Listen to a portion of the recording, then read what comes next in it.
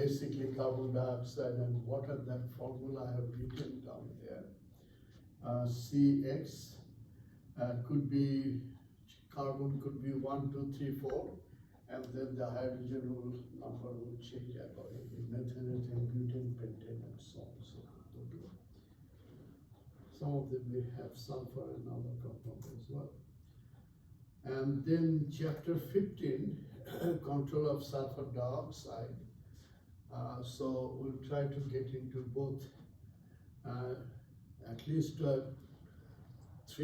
in-class examples we'll go through, which is in the book. But since something new, we are working on this sulfur dioxide treatment. And because of that, I'm going to go through quickly those examples, and then there will be some end of chapter problems. I'll do 3, and then at the end, hopefully you'll be able to do 1. I may do 2, you do 1 or 2. Okay. So with that, let's take a look at the first slides on the chapter 14, volatile organic incineration, incinerator and vapor control problems. So the volatile organic compound in VOC, I gave you some handouts. This is a whole list of volatile organic compounds. So instead of list, I gave you the EPA's website.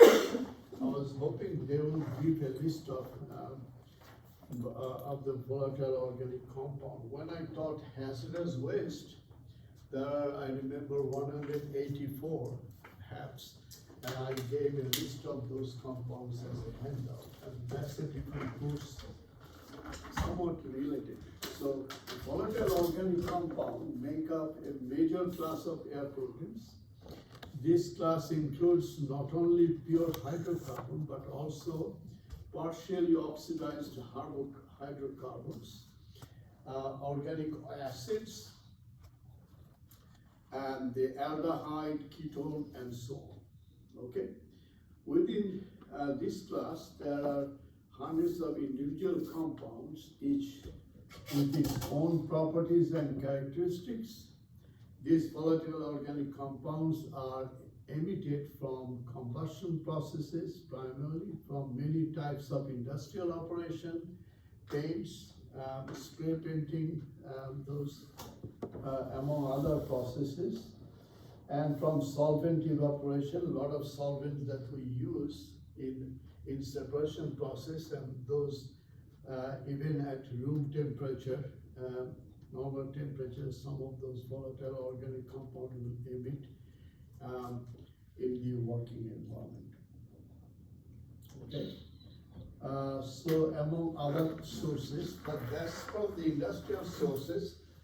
Just for your reference, some of the plants like terpenes from the deciduous plants like terpene, isoprene, those will be emitted from the plant. Okay, those are organic, natural, volatile organic compound, and some of them actually take part in ozone formation. And I'm going to talk about that in NOx, because NOx is a part of ozone. There I'll mention about some of those organic, volatile organic compound that in the atmosphere, they play a role in the making of ozone. Okay, so the one method of pollution control that can be applied broadly to volatile organic compound is incineration. If you burn them at high temperature, 2-3 seconds, that will be destroyed and make the CO2 and water. And that is also part of the hazardous waste. I taught one of those. There are destruction reduction near 95.99% to second there. So similar ideas, you just burn them at high temperature and maintain a minimum residential time, all of those VOC will be destroyed. But these are all talking about gaseous format. Liquid will be a little different treatment. I'll go there later on. So this is what we're going to cover today. let's take a look at the next slides. Okay, the motivation and purpose of today's lecture: biofiltration converts pollutants to harmless product, require no fuel, generates no hazardous byproduct, and ultimately a low-cost alternative. So the biofiltration is a slow process, but it just like it does naturally. And we'll look into that setup, and if we set it up correctly and operate that way, we could actually get rid of a lot of hazardous or volatile organic compound through biofiltration. One of the most abundant air pollutants emitted in the US is sulfur dioxide, which is also an acid gas, okay? So that is chapter 17. The primary purpose is to prevent to present a stoichiometry and the chemical kinetics of the formation of sulfur dioxide or sulfur oxide, as I written down. Sorry to use color red, shouldn't be. Anyway, so this is your sulfur making to reacting with 1 mole of oxygen, making 1 mole of sulfur dioxide. And sulfur dioxide can be further oxidized, and with needed 1 atom of oxygen makes sulfur trioxide, and in both we call it SOx, because they both are oxides of nitrogen, sulfur, and we call it SOx. When you talk about oxides of nitrogen, same thing, NO, NO2, NO3, they're all called NOx. So the NOx can kick out the SOx, or SOx can, there was a joke, some professor from University of Arizona, no, I think he moved from there to University of Utah. He told me in our dinner, he talked about SOx and NOx, kind of interesting. I forgot exactly what he said, but that's interesting. Anyway, so that's SOx, and later on we'll talk about NOx. The primary purpose is to present stoichiometry, I mentioned, and then SOx will react with a caustic agent, calcium carbonate, calcium hydroxide. They will neutralize and makes calcium sulfate, which is basically some of the materials that we use in the building constructions is a white powder. And that's part of the desulfurization process. And that will be the major focus today. And review those technologies being used to control this acid gas. Control of mercury, since we use a lot of coal, and coal has sulfur as well as mercury. Very low concentration, but then as we burn so much coal, we also emit a lot of mercury in the atmosphere. So we'll talk about that, and we'll do at least one problem on the mercury side, okay? And then the control of mercury emission from coal-fired power plant by, also controlling the SOx by the process called desulfurization, flue gas desulfurization, FGD in short. And then we'll look into that cost. Everything we do as an engineer, we have to justify the cost, so that's why we have to select a process that will do the job. It's not going to be very expensive, and we have to optimize. Okay, and we're going to have some resolution. Okay, the biofiltration, as I mentioned, this is from the book.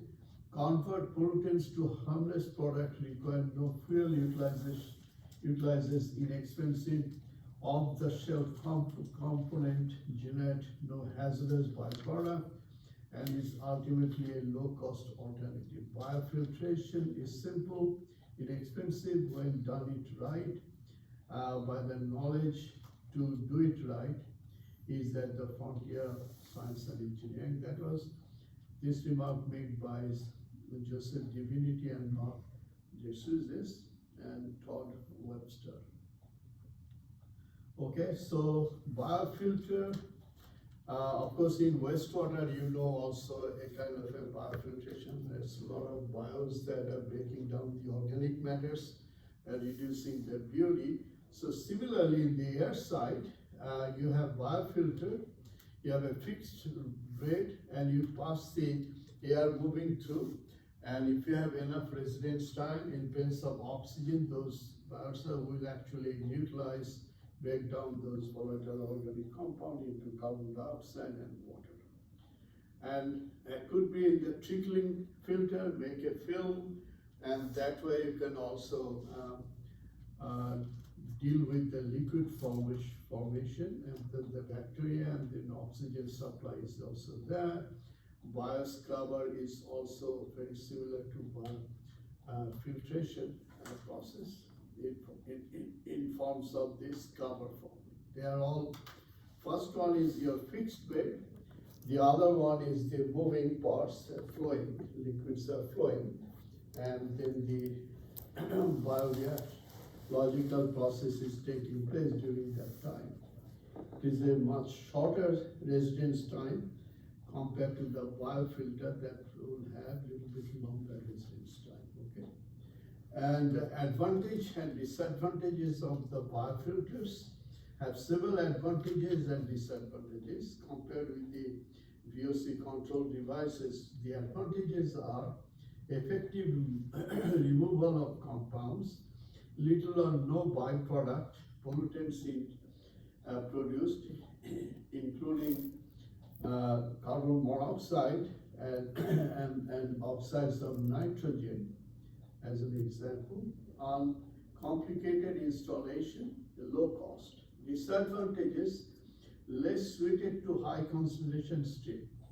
If your volatile organic compound concentration is high, then the probes cannot handle. It takes long time, and then also there is a limitation, the concentration. Generally, low concentration beauty works for biofiltration better, okay? A large area needed for installation. If you have a big amount to deal with, then you need a larger room to make that bed. And so that is the part, that's part of the disadvantage. Careful attention, make sure it has enough moisture, because that's the bacteria, they have to thrive and do the jobs. In order for that, you have to maintain. So once in a while, you have to have some spray over that filtration media, may become clogged by particulate matter or the biomass growth. So those are part of the disadvantages. Here is a section, as you can see, you have, there will be a leachate, of course. You have to deal with that leachate. So you have this bed here, and then you have the bacteria also mixed. Of course, when you have those kind of waste, bacteria naturally comes in along with that too, and you mix with the soil, that also bring additional bugs. So with that concentrated, then you have moisture enough, and oxygen is moving along, and then those volatile organic compounds that are breaking down into CO2 and water. And excess leachate, you have to pump it out. So there is the connection, the leachate. Just like in the landfill, think about also landfill, about the similar kind of formation. Okay. And ranges of suitability for volatile organic compound control technology. You have scrubber, we are talking about biofiltration, and then you have cryocondensation, insulation is another part, and regenerative absorption, and that also a part of the control. When we talk about we actually covered adsorption, right? Absorption and adsorption. Basically, we're talking about you have a solid surface, just like what's happening in the filtration. Instead of the materials being attached to the solid, they're breaking down because of the prints apart. But the adsorption, you just have the adsorbing bed, you just pass through your VOC like kerosene in a when you are unloading some of the naphtha and petroleum product, there are some VOC emitting, and the kerosenes and others are emitting. So if the concentration high enough, you can actually capture them and break it down instead of emitting into the air. So there you can put a adsorption column and let that whole gas going through, and those kerosenes and other volatile organic compound will be captured rather than being emitted into the air. Okay. And control of sulfur dioxide. Motivation, because sulfur dioxide is acid gas, so we have to control it very well. One of the most abundant air pollutants emitted in the US is sulfur dioxide, an acid gas. And we talked about acid rain also.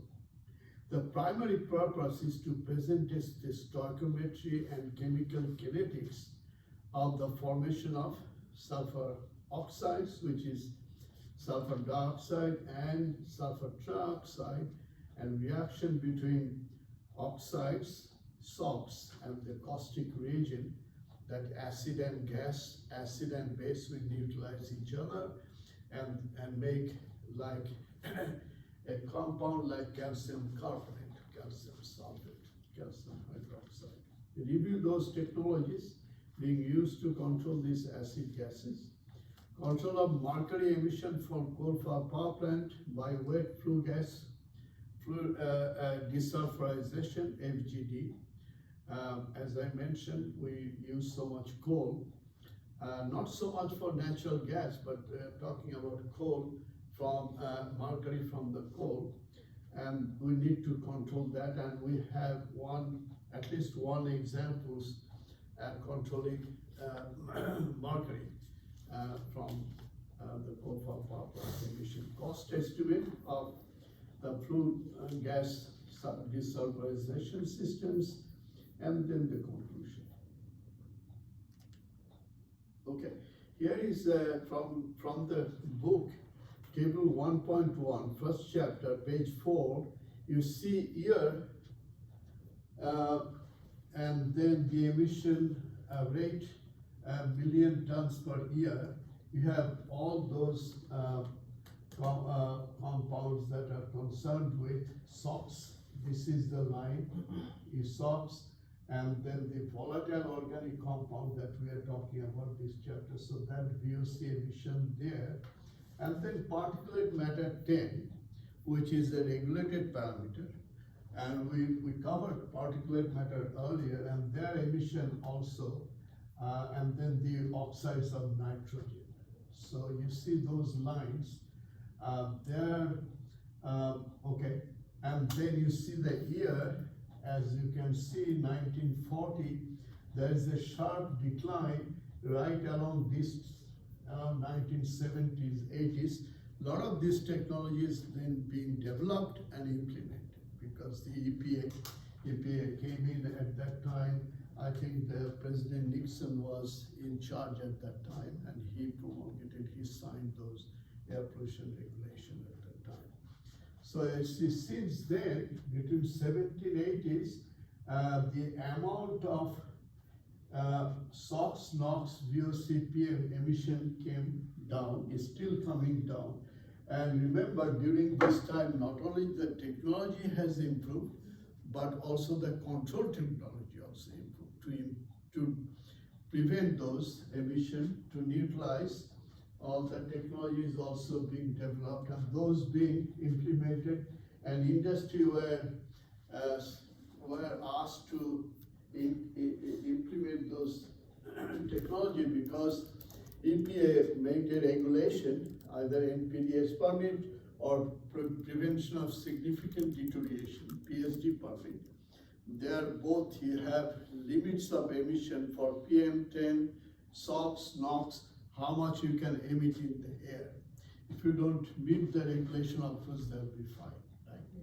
Just like NPDES permit for the water, for air you have the biggest one is your like NPDES is your PSD permit, prevention of significant deterioration. Okay, so let's look at the basic equation. I wrote it down there. In the sulfur, when you burn, just like firecrackers, when you have sulfur in there, then you make sulfur oxygen 1:1 ratio makes 1 mole of SO2, and SO2 is not very stable compound, so acetyl in place of oxygen we could further oxidize and then become sulfur trioxide. So sulfur dioxide and trioxide combined, we call it salts. So sulfur dioxide can act both as a reducing agent or as an oxidizing agent. Little bit of chemistry here. The reaction between, say, hydrogen sulfide and SO2. Example, this reaction is basically removing the hydrogen, making pure sulfur again, and then water. So this, in this case, SO2 is working as a reducing agent. Okay.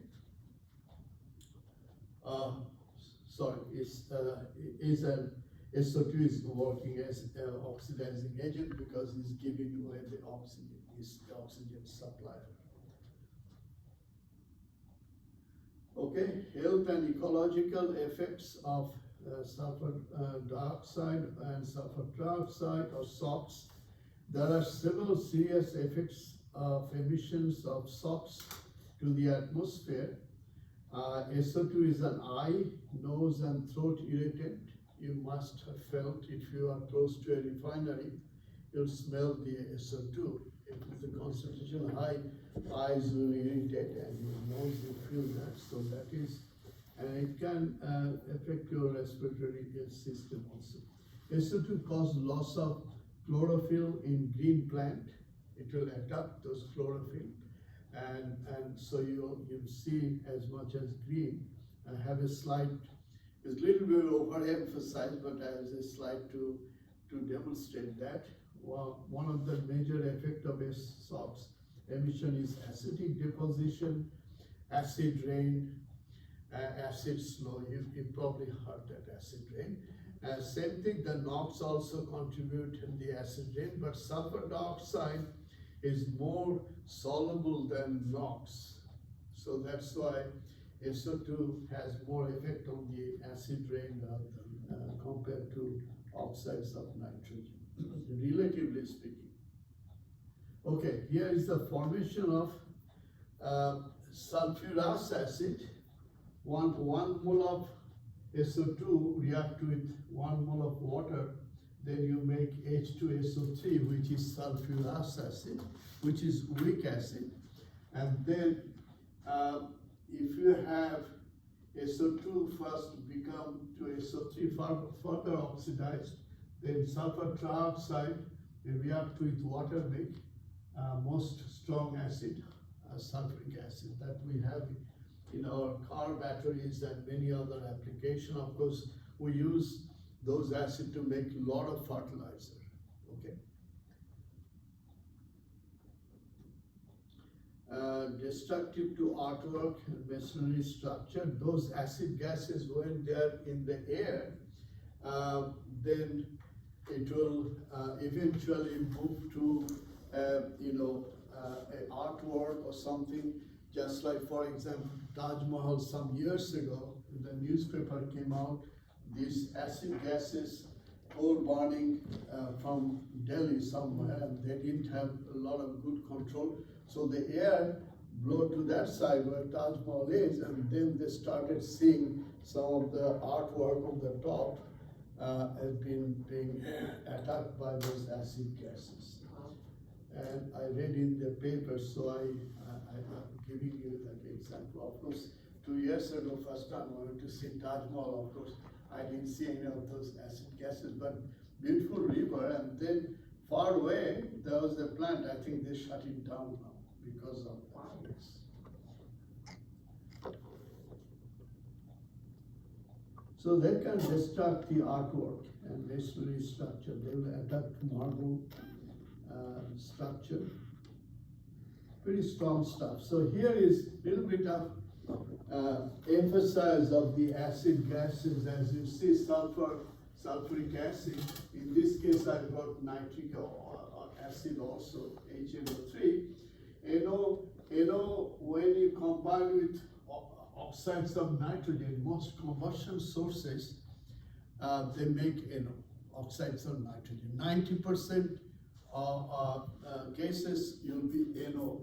NO is not very soluble in the water, but then it will solve and make this nitric acid. It's a fairly 1-to-1 ratio, as you see. Oxides of nitrogen, when you burn nitrogen and oxygen in combustion, 90% or over, you'll make NO. Oxides of nitrogen, it will further, in addition of oxygen, make NO2. So this NO is acidic, and when they are also emitted in the air, and sulfur dioxide, this NO2,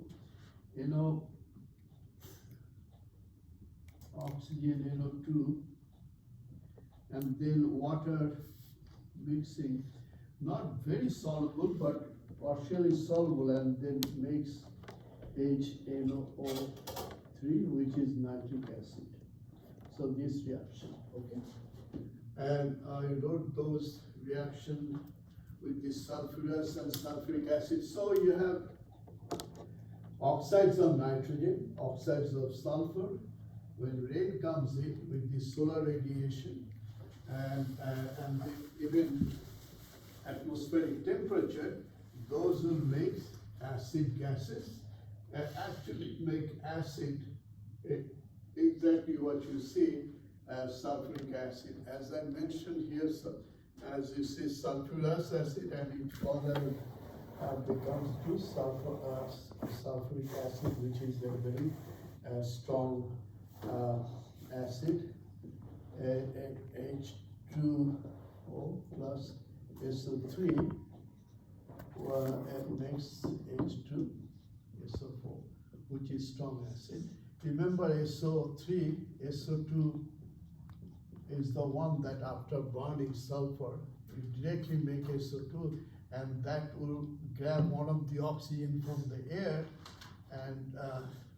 and makes SO3, sulfur trioxide, and sulfur trioxide will acid rain with the acid will make H2SO4, which is a very strong acid, sulfuric acid. So that are actually in this picture, as you see, whole acid rain. And what actually happened, these are emitted from the power plant, coal-fired power plant, for example.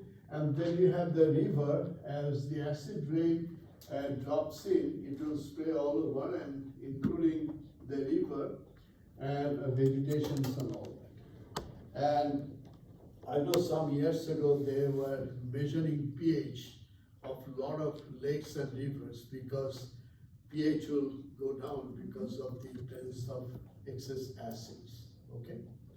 And they found, their research found, near coal-fired power plant, so maybe something burning in Canada, in Toronto, but then that wind brings in New York area, you have the Hudson River acid, they become more acidic because of the transportation of those acid gases from one region to another.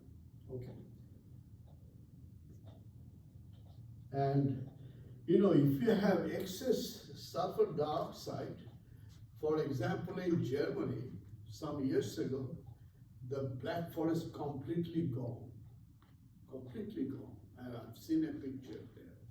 So there, because wind brought, and they didn't have much technology to reduce the emission of SO2, so they completely killed the whole that forest. Of course, they regenerated, the forest is in good shape now, but so this could happen SO2 if there's no control, all the SO2 going into, so it's going to happen. They eventually will, make a deforestation. I mean, the forest will be gone because it's acid. So this picture depicts that. I'm not sure it's a real picture. It's a pretty picture. I got it from somebody else's. There is a house, I don't think you're to live in there, but that's what it is. Looks like a town that has a little hilly place, and then that's where actually could happen, sulfur dioxide, excess sulfur dioxide. And it can do the same thing with the corn. A lot of time, Department of Agriculture, they will do experiments, expose a gas chemical into the plants and see how they affect short-term and long-term. And this is the one that showed presence of excess sulfur dioxide, and the corn plants, they pretty much died. Might have done somewhere in Iowa or Nebraska somewhere. They grow a lot of corn there. Okay. Sulfur content of the major bituminous coal reserve in the United States. So you have the coal location, as you know, Colorado, Illinois, Indiana, those states, Kentucky, have Pennsylvania, they have huge amount of Wyoming, and of course West Virginia have coal, and then the sulfur content, as you see, some of the areas the sulfur content can be very high, and so this table actually showing the sulfur content range and the different states where the coal comes from. Okay? And uncontrolled contaminated in a flue gas of a coal-fired power plant. Flue gas from a coal-fired boiler or furnace may contain several contaminants, including sulfur dioxide we are talking about can range 3,000 parts per million. Depends on the content of the sulfur, and we'll be doing at least 2-3 problems in class. I think, we need to spend more time on those. I have time for that, that's why I didn't have many slides. It's enough slides to illustrate all those. Okay, so that's your NOx range. Oxides on range will be 100 to 500 ppm. Remember, we have 78% nitrogen in the air, and then you have a 21.8% oxygen. So it's a lot of nitrogen. They will also grab oxygen and make NOx because they are present, and the temperature is high enough. Those reaction like to forming oxides of nitrogen is very good. And in our car, we all the time mix being in the air. Although they have some catalytic converter now, even then we are emitting some NOx, although the number has been reduced significantly over the years. So at the same time, we are also making particulate matter. And coal have a lot of ashes, could be 20 to 35% or any even higher range of ashes. So those ash will also be formed. Some of the ashes will be emitted as a particulate matter, emitted, okay. So the flue gas will typically contain from coal-fired power plant of those SOx, NOx, and the particulate matter, and mercury also. I didn't have the mercury in this slide, but then. Okay, so let's do a problem here. A power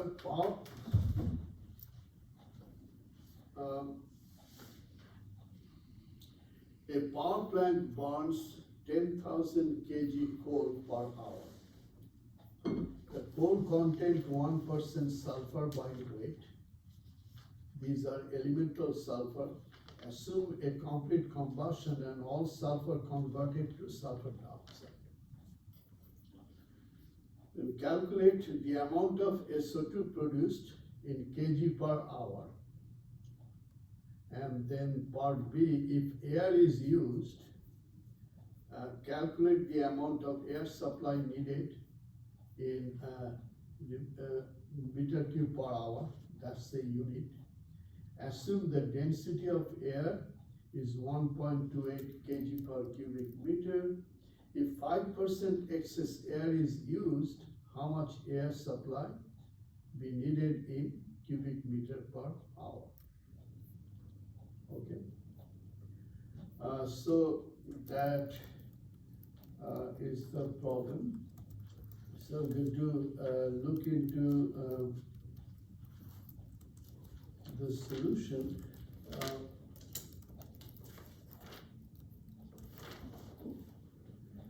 What did I do here?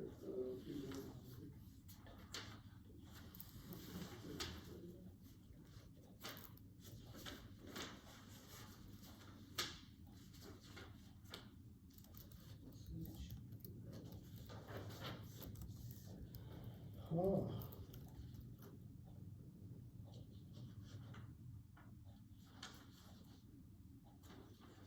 Okay, let me see where else okay.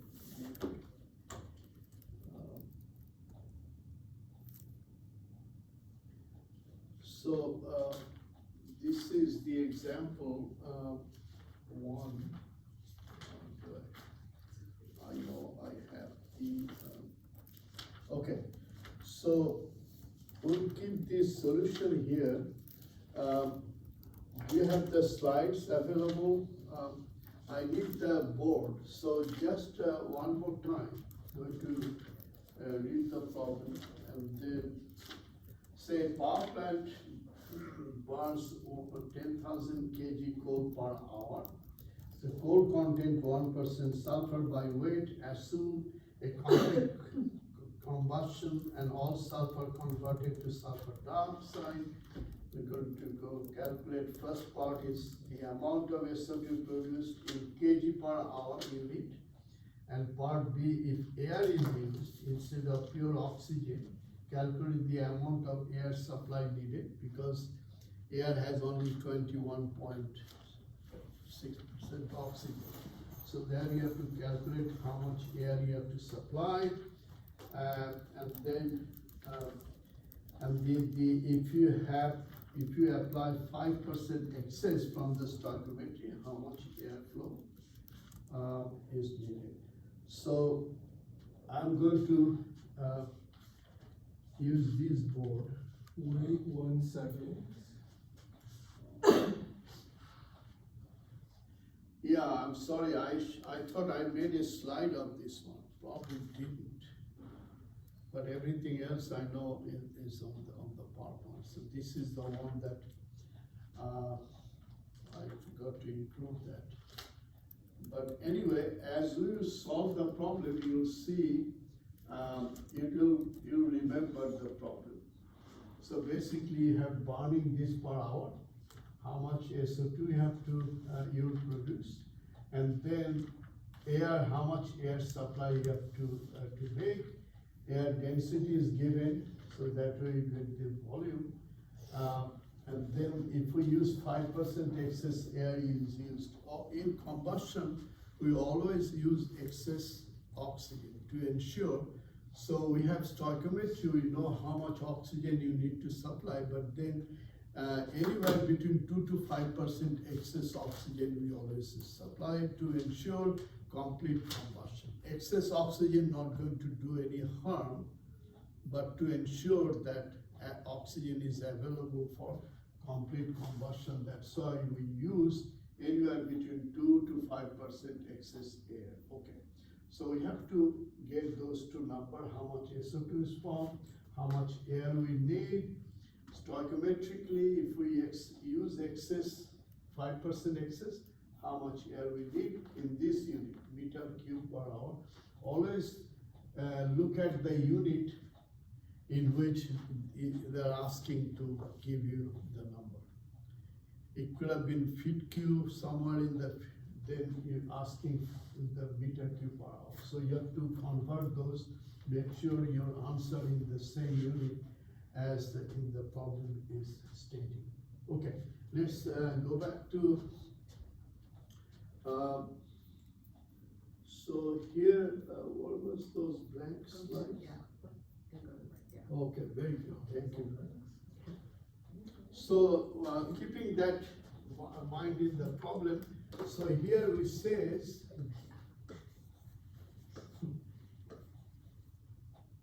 basis, in this case, 1 hour.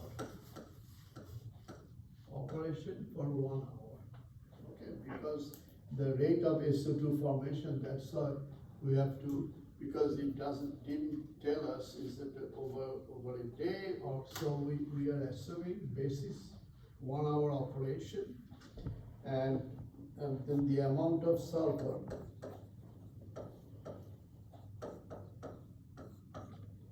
Amount of sulfur in the coal, first of all, we have to calculate.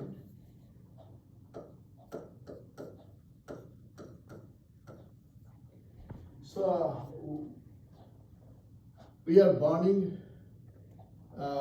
10,000 kg of coal. And how much sulfur we have, percentage wise? 1%. So we know how much sulfur we are actually putting into the furnace per hour, which will be your 10,000 kg coal into 0.1%, 0.01 sulfur per kg coal. So that makes us 100 kg of sulfur, okay? Remember our basis is 1 hour, so that we are feeding 100 kg per sulfur per hour into that. Okay, so now we're going to look into the stoichiometry, the amount of, so the amount of sulfur dioxide formed can be calculated,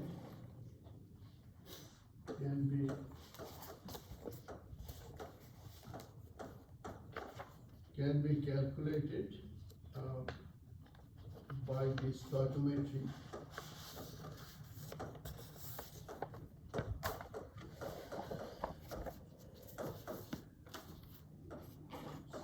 Stoichiometry, chemical reaction, chemical equation, the reaction between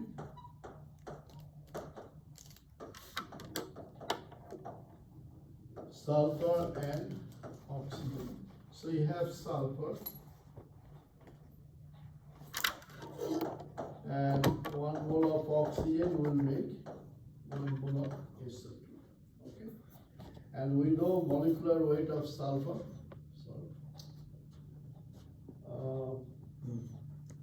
How to get rid of this one? Just click anywhere. Yeah, click outside of that, there you go. Thank you. Okay, what's the molecular weight of sulfur?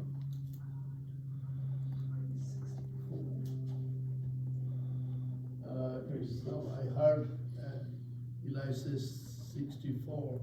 No, actually 32, right? I corrected myself to 32, but you didn't. Okay. And oxygen?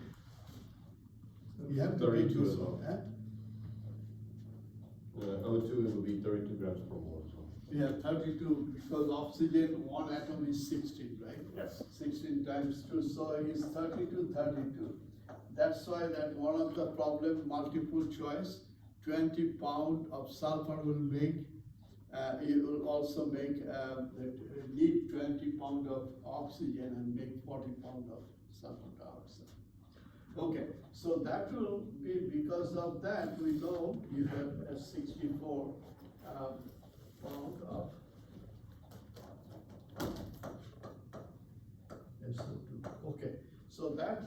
that's the stoichiometry. So now we're going to look into that SO2. Oops. Just click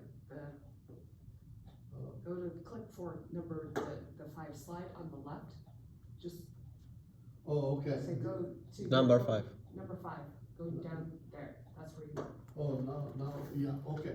So we are, we can move to 1, right? Yeah, new one. New one, okay. So here is SO2.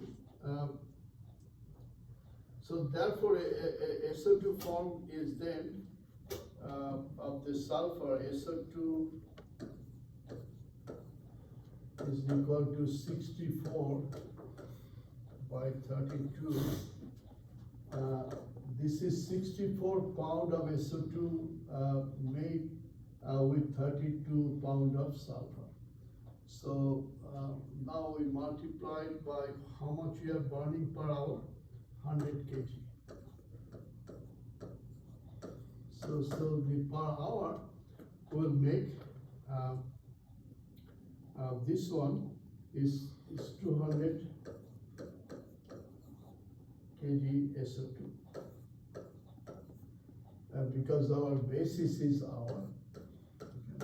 So this is per hour we are making that, assuming now we are going into the amount of oxygen we need to supply, assuming we know 21% oxygen in air approximately. So assuming 21 by weight,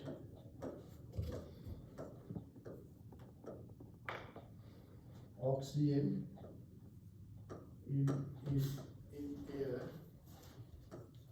So therefore the amount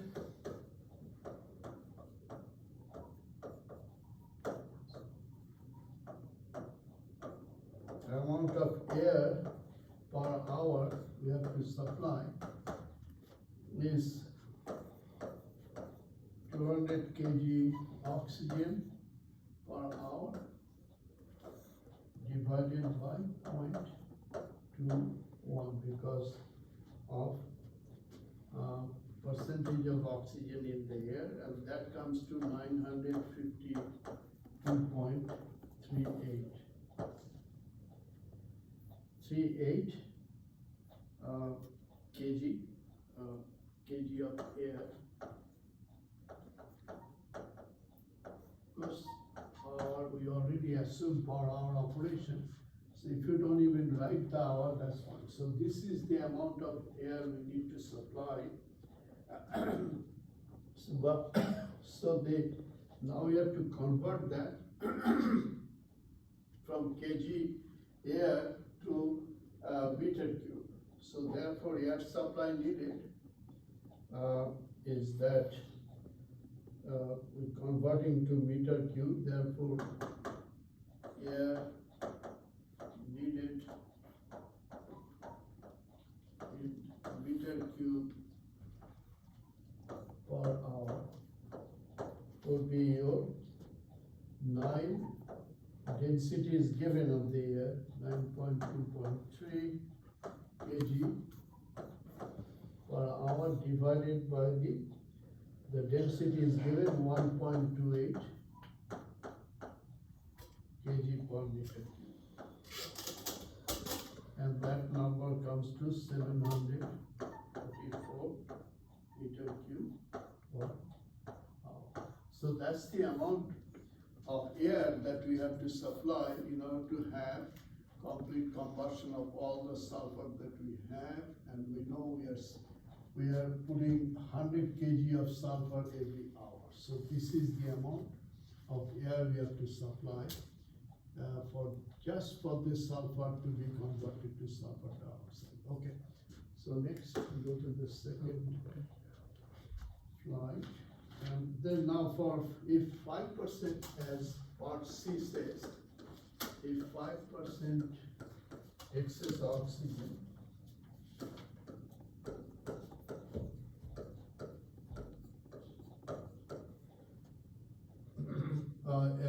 excess air, sorry. Excess air is used. So then the air needed, then air needed would be in meter cube per hour would be your 744 times 1.05. 1.05 5%, and that is going to be 782 roughly, or 81.25 meter cube per hour, or make it to 782 cubic meter of air. So that's the answer, okay? In this case, 5% it says in the problem, so that's why we got it 5%, okay? Let's, Can I see the last slide for just 1 second, please? last slide. Yes. Yeah, Number The one, top one. the first one, yes. number one. Oh, this one, Yeah, if you could just for 1 moment longer, please. Thank you. How did we get that, 200 kilograms O2 over, how did we get that? okay. Back to the fifth slide. Okay, so remember, sulfur has 32 atomic number or more. Okay, so sulfur dioxide, oxygen 1 mole is 64 and sulfur is 32. Yes. So in 1 mole of sulfur dioxide, which is 64, we have only 32 oxygen. So if we burn 100 kg sulfur, then you'll make 200 kg SO2. That makes sense? Yes. Okay, so that's what we did here. No, that's what we did for SO2, not for O2. No, how much sulfur dioxide made, that is part of the things we did first. Yes, but I'm asking about the 200 Okay. kilograms O2, The next step. the next step. Next step is, okay, assuming 21% by weight of oxygen in air, so the air per hour will be about 20 kg oxygen per hour. He's wondering how you got No, that. how did we get that number? The 21% of oxygen? No, the 200 kilograms of oxygen. Okay, assuming 21% oxygen, right?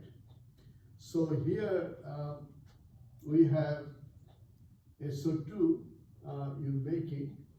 So remember the stoichiometry of air and oxygen, and we have 21% oxygen, and so that air will be also for 200 kg of oxygen per hour. If you go to slide 5 and show him the formulas, just click on that one. I'm assuming it's because there's 32 O2, Yeah, But 32 shouldn't it be 100 instead? 100. Yes, because it's technically, because sulfur and O2 have essentially the same molecular weight.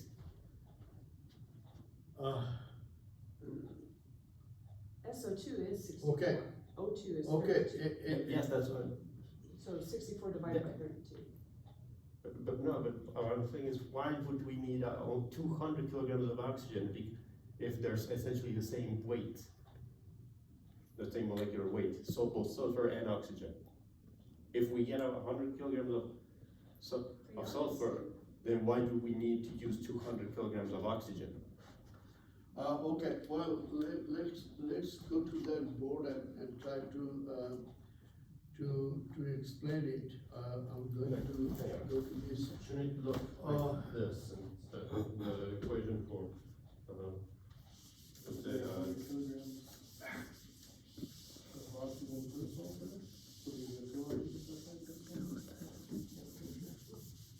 Sixty-four, it's the same, it's sixty-four divided by 32. You would have 64 SO2 divided by 32 oxygen, because it's 16 times 2. Yes. It's the same, 200 kilograms. Okay, versus 200 kilograms. remember the shouldn't it stoichiometry, look like this? Dude. Yes, at the bottom. SO2, and you have 32 gram of sulfur reacts with 32 gram of oxygen to make 64 The other way, the reverse. gram of SO2, okay? So 32, 32, 64, therefore, I didn't write that step. Therefore, amount of SO2 formed is then 64 by 32 of this sulfur available for conversion.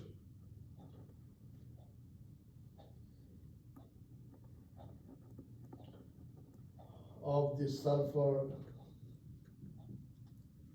available for combustion, okay.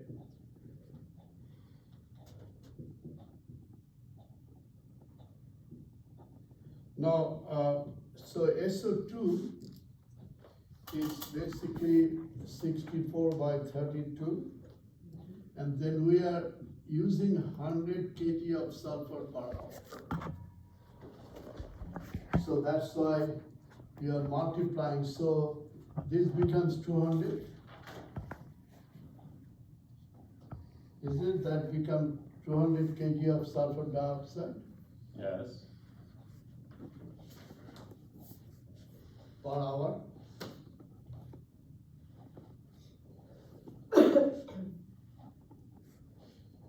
Because of this, you have 32 kg of sulfur reacting with 32 kg of oxygen, pure oxygen, making 64 kg or kg of SO2. Okay, and now the question is, we are supplying 100 kg per hour of sulfur. So how much air we need?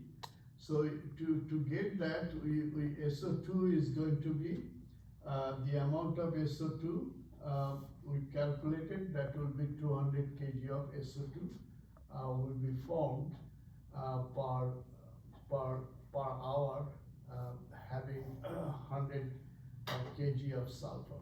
So the sulfur reacting with oxygen, because their number is 32, 30, so to whatever the amount of sulfur you burn in oxygen, it will be twice the amount. That makes sense? Because sulfur is 32 and air is also 32. Am I made the point clear? So you agree with this one, right? SO2, S and O2 makes, okay, SO2, now we are going into stoichiometry. 32 kg of sulfur also need 32 kg of oxygen to have complete combustion. So the product will be 64 kg of SO2. So I guess, I just throw it out here, 64 divided by 32, 100 kilograms of sulfur. What Yeah. about the oxygen? Kg of CO2, kg of SO2, 200 kg of sulfur dioxide. Now, therefore the amount, now we're going to, if we do the amount of oxygen we need, so oxygen needed, amount of oxygen need per hour will also be, because 1:1 ratio. So we'll also need 200 kg of oxygen.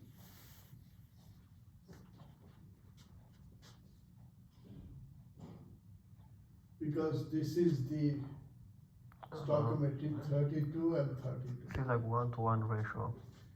Remember, if it is a nitrogen, it would have been completely different because nitrogen is 28. 14 times 14. So the NOx, when you make NOx, you need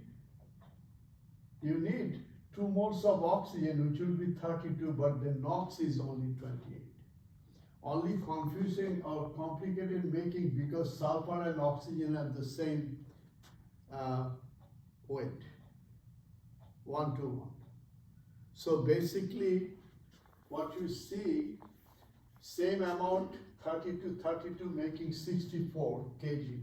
Now to make 64 kg, and if you are making 100,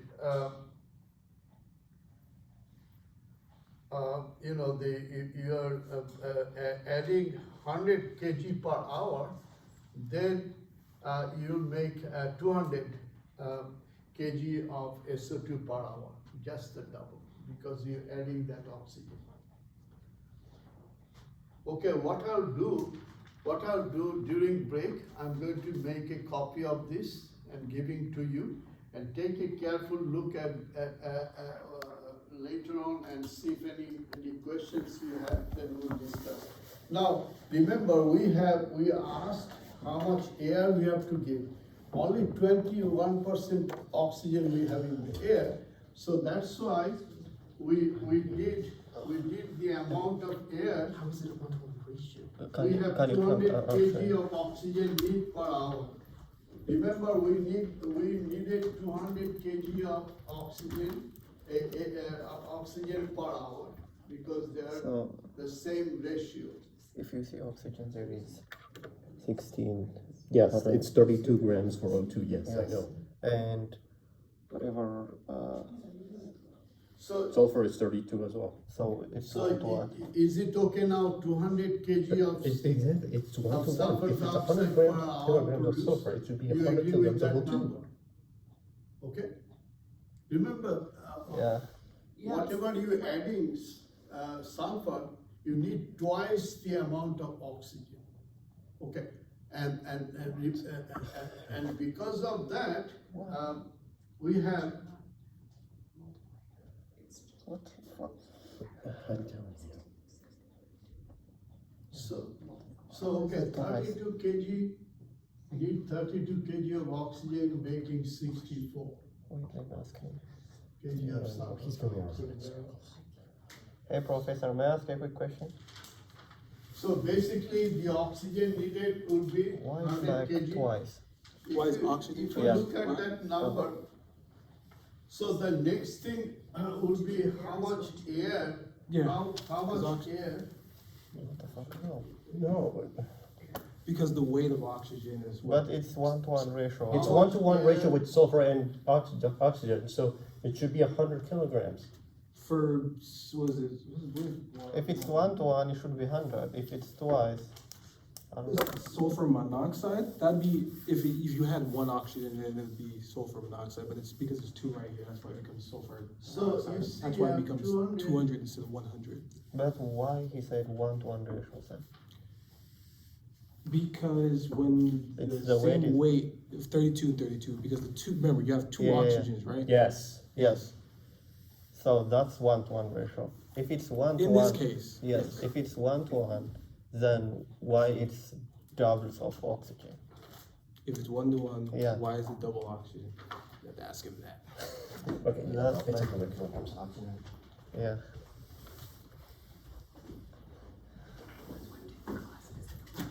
Yeah. Now, you agree with this one, then we are using 200 kg of oxygen, pure oxygen. So how much air would need it? We have only 21% oxygen in air. So 200 kg oxygen divided by 0.21 oxygen per air, you will have 953 kg of air per hour you have to supply. That point agree with that? Okay. So if you need 5% oxygen excess, so then you multiply this amount with 1.05 for 5% excess oxygen. So you have to, and that number will be this one times 1.15, that comes to about 700.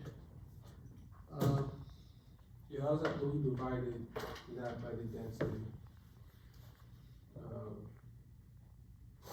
Okay, you have to, okay, you have to, so if you divide that by air density would be your 1.28, 1.2 air kg per meter cube, and that will give you 744 meter cube per hour of air. Yes. Well, Yeah, and the only reason why it's a 1-to-1 ratio, because both the weights are the same in this case. exactly. For oxygen. And because of their weight is the same, that it kind of makes a little bit complicated, but also can be easier to calculate, because 32 makes, react with 32 makes 64 kg. Now 64 kg, you have to supply, to get to 64 kg SO2, you have to supply 32 kg of oxygen, right?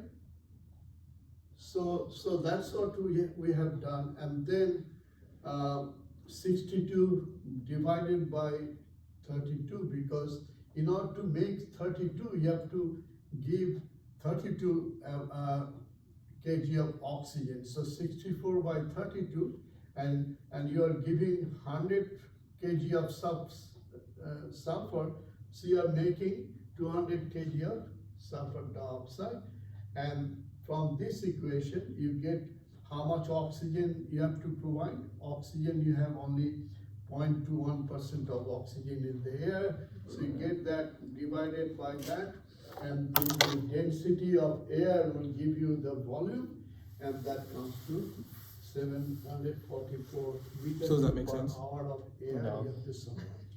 Okay. In this case, it's 1-to-1, but it's not gonna be always 1-to-1, because you But have, like, why Why is is it this an double? exception?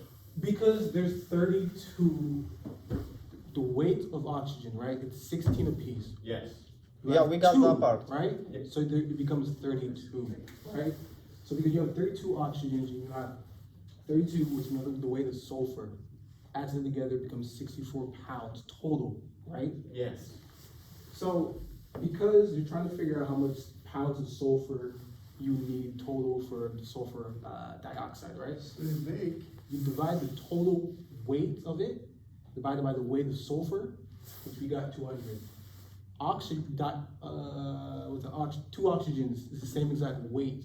So that's why in this case, it's a 1-to-1 ratio. But if you had like trioxide, or not trioxide, is it trioxide when you have 3 oxides or oxygens? sulfur trioxide So- will be SO3, yeah. Yeah, so so in this case, because you have 2 oxides or 2 oxygens is 32. If you had 3, it'd be 48.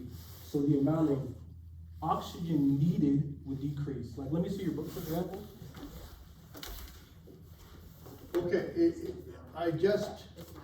I know the rules. Hey, I Another, don't know another to know. gases, I don't know. okay, nitrogen and oxygen reacting The and problem making is, it's nitrogen an dioxide. discrepancy in the balance. So you see, nitrogen is 28 and oxygen is 32. So making 60 kg of NO2 using nitrogen gas and oxygen gas. Exactly. So the number is different, You can't- 64. You can't just put 100 Here, kilogram. because of the sulfur and oxygen has the same atomic number, Because I think. numbers 32 and 32. SO2. And, but for nitrogen will be different case. Nitrogen, one nitrogen making, using 32 makes 60 kg. So that means, You're completely. 60 kg of NO2 only needs 32 kg of I don't think oxygen, he's disregarding. which it, is, though. And where does it go? this one is He has 60. there's 200 total. So is it 60 60 From divided when by? you kg of NO2 When you needs multiply 30 them. kg of oxygen, but in this case, not twice. In this case, 64 needed 32, that comes to twice. And because of that, we are using 100 kg, 100 kg times 2 becomes Divided by 32, kg. same weight. I did 200 this kg to find of O2. sulfur So dioxide. I took 200 kilograms of Well- SO2 times 32 grams per mole. What will help, I think all of us, if I give you the Because I printout doing again, it backwards. and if you look at some of the problems done in the like It's a 15.2, simple equation, so I just do it backwards. I don't think doing it backwards is where you're getting confused, because if you flip it the other way, that's what you're gonna get 200 when you multiply it by 100. Because you're confusing yourself by trying to flip Reverse it. engineer it, yeah. Yeah, rather than, because you're not needing you already, if you had to find how many, let, the amount of oxygen, then this would be a correct step, because you already have the answer, but we don't have the answer of how many, or how much oxygen is needed per hour. Is this a So you question flipped it by about- accident. Or was That's why I it got confused. from a different? I just don't see how it works with it, it completely screams in the face of math. yeah, it is, I think, Ask him then. I got it from another book. I'm not the maybe. expert. But it doesn't matter, any book, yeah, I know. I don't have the note from where I actually got it maybe from another book. Why don't you do this, then I'm going to make 5 copies and give it to you. And when, after our lecture at home, take a look at and just make a decision. I hope I wrote it logically, so you should be able to follow. It's basically all stoichiometry, chemistry and little math. Yes. Only confusion is, it happened to me also because the sulfur is 32 and oxygen is, that's why the confusion is coming. But that's why I wrote nitrogen. Nitrogen is 28 and oxygen is 32. So the number will be little different for NOx formation. So should we take a little short break? Yeah. And then come up with a fresh mind and then I'm going to give you the handouts. Or we could just start over and do that last problem again.